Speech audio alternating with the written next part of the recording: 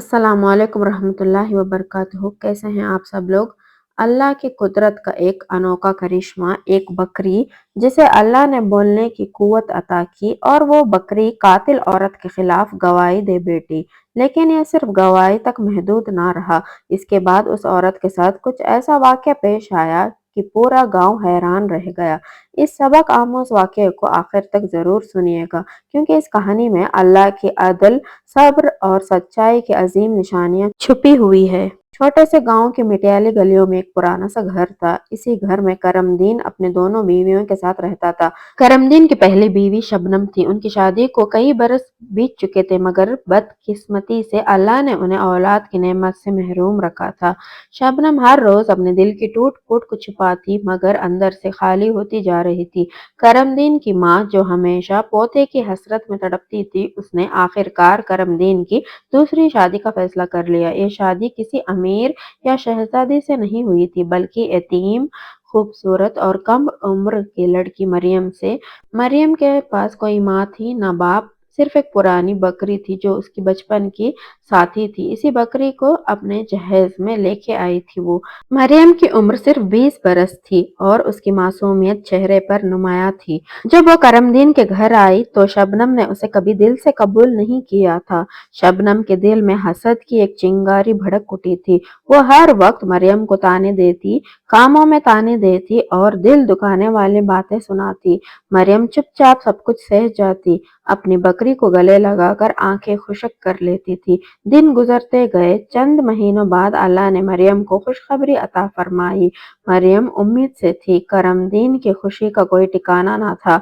उसने मिठाइयाँ बांटी, गांव भर में शुक्राने के नफिल पढ़े, मगर दूसरी तरफ शबनम का दिल जलकर राख हो गया था।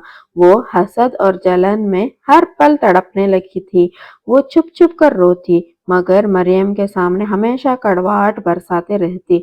मरियम मगर सब्र और खामोशी का पैकर बनी रही। 9 महीने गुजर गए।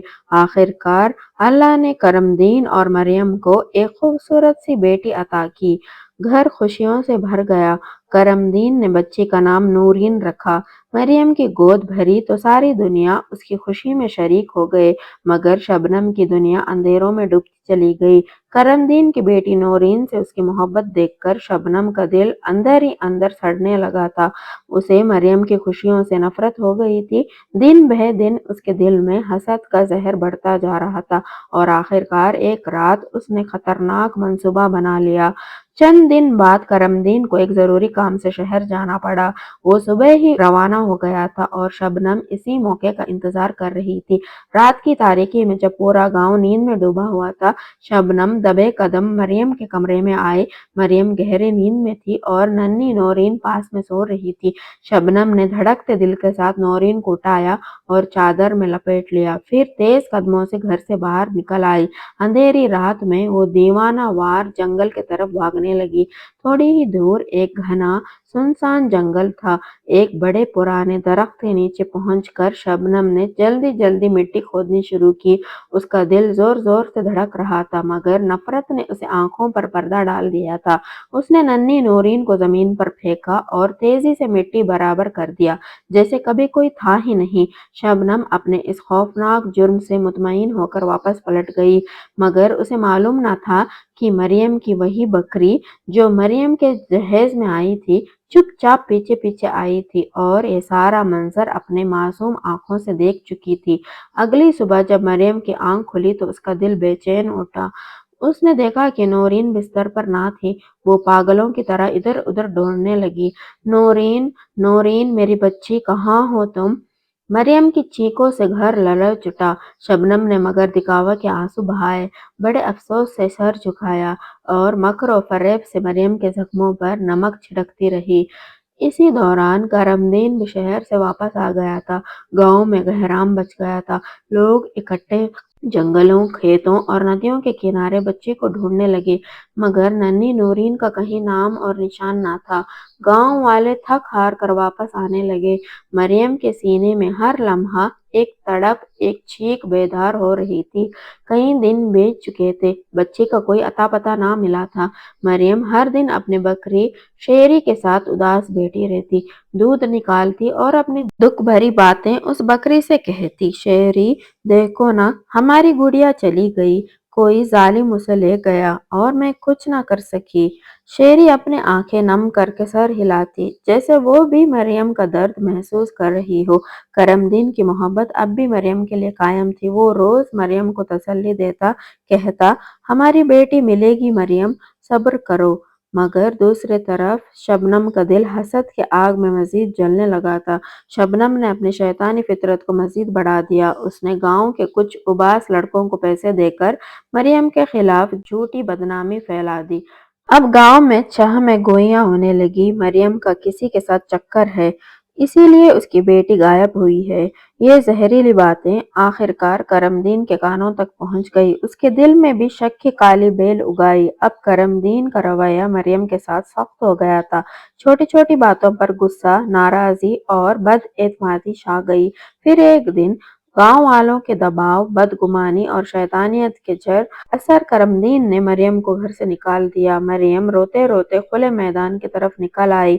उसके पीछे गांव के लोग जमा हो गए। किसी ने ताना दिया, किसी ने बदवा दी और कोई उस पर मिट्टी उछालने लगा। मरियम की आंखों से आंसू छड़ी की तरह बहने लगे।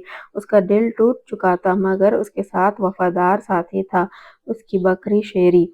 इसी लम्हे अचानक शेरी ने जोर से आवाज निकाली, इतनी बुलंद कि पूरा गांव टहल उठा। शेरी, जो अल्लाह की मर्जी से बोलने लगी थी, सबके सामने बोल पड़ी, गवाह रहना ए लोगों, नूरीन को शबनम ने जिंदा दफन किया था, मैंने खुद देखा था।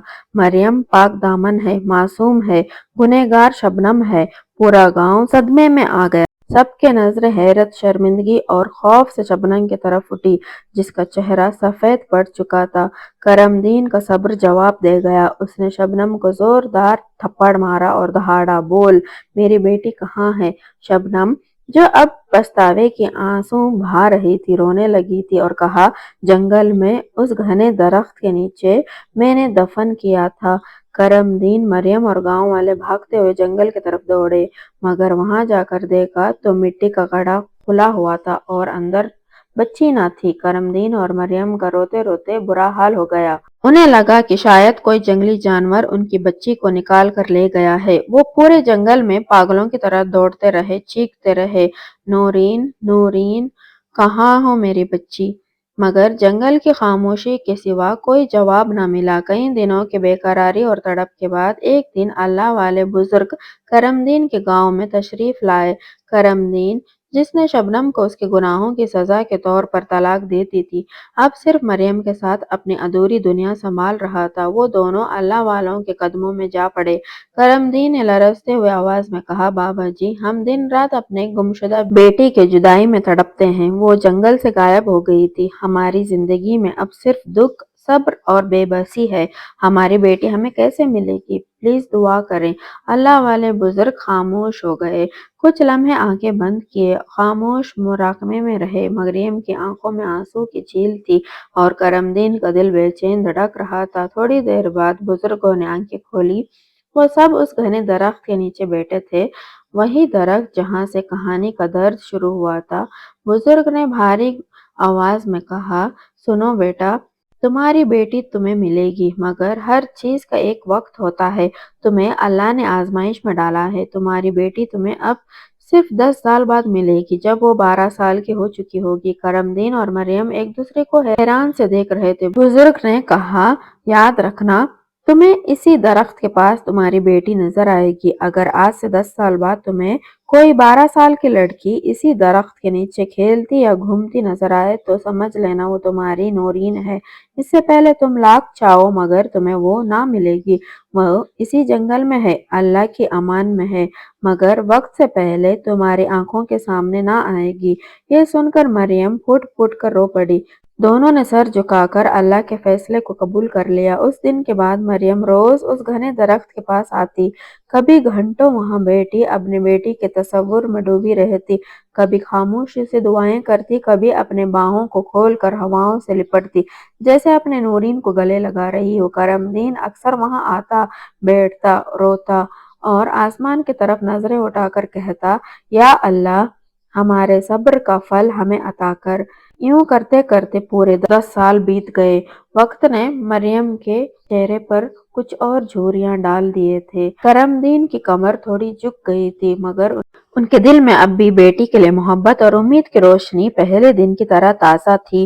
एक दिन हसब मामूल मरियम सुबह जल्दी उठी, अपनी बकरी शेरी के साथ घने दरख्त के नीचे जा बैठ गई, जहां वो बरसों से अपनी बेटी का इंतजार करती आ रही थी। वक्त धीरे धीरे गुजरता रहा। अचानक मरियम की नजरें चौंक गई। एक 12 साल की खूबसूरत लड़की भागती हुई मुस्कुराते हुई इधर आ रही थी। लड़की को देखकर मरियम का दिल धड़कने लगा, मगर जैसे ही उस लड़की की नजर मरियम पर पड़ी, वो अचानक रुक गई और उसकी आंखों में आंसू झिलमिलाने लगे। वो पलटकर वापस जाने ही लगी थी, मरियम तड़प कर पुकार उठी, बेटी रुको, कौन हो तुम? इस जंगल में अकेले क्या कर रही हो? लड़की पलटी, मासूमियत से बोली, मैं यहाँ अपने बाबा के साथ रहती हूँ। आगे हमारी एक छोटी सी झोंपड़ी है। मरियम का दिल जोर जोर से धड़कने लगा। उसे फौरन अल्लाह वाले बुजुर्ग की बात याद आ गई। इससे पहले कि मरियम आगे बढ़कर उस बच्ची को गले लगाती, वो कुछ कहने ही वाली थी कि वो बच्चे जंगल की तरफ दौड़ गई। मरियम उनके पीछे दौड़ने लगी और अपने होंठों से बेख्तियारी अल्फाज निकाले, नूरीन, मेरी बच्ची, मेरी बात सुनो, रुक जाओ।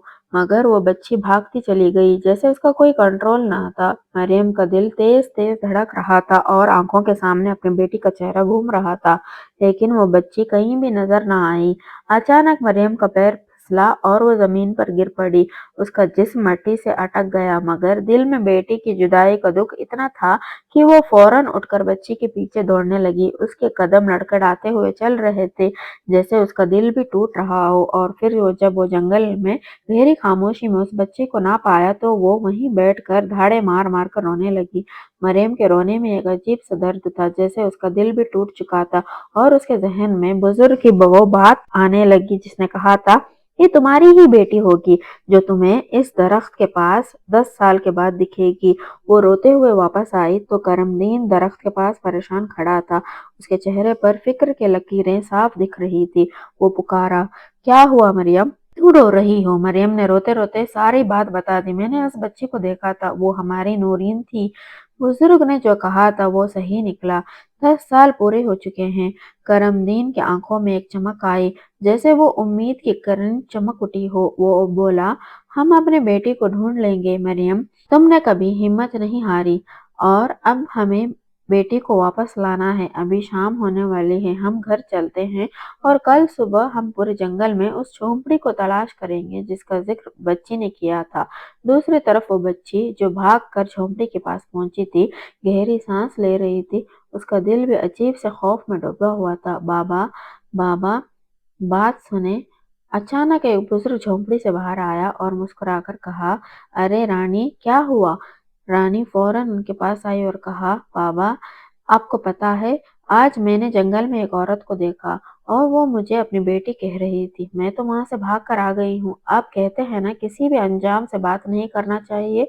बुजुर्ग ने उसके सर पर मोहब्बत से हाथ फेरा और मुस्कुराकर कहा, शाबाश बेटी, तुम बहुत बहादुर हो और मेरी नेक बेटी हो।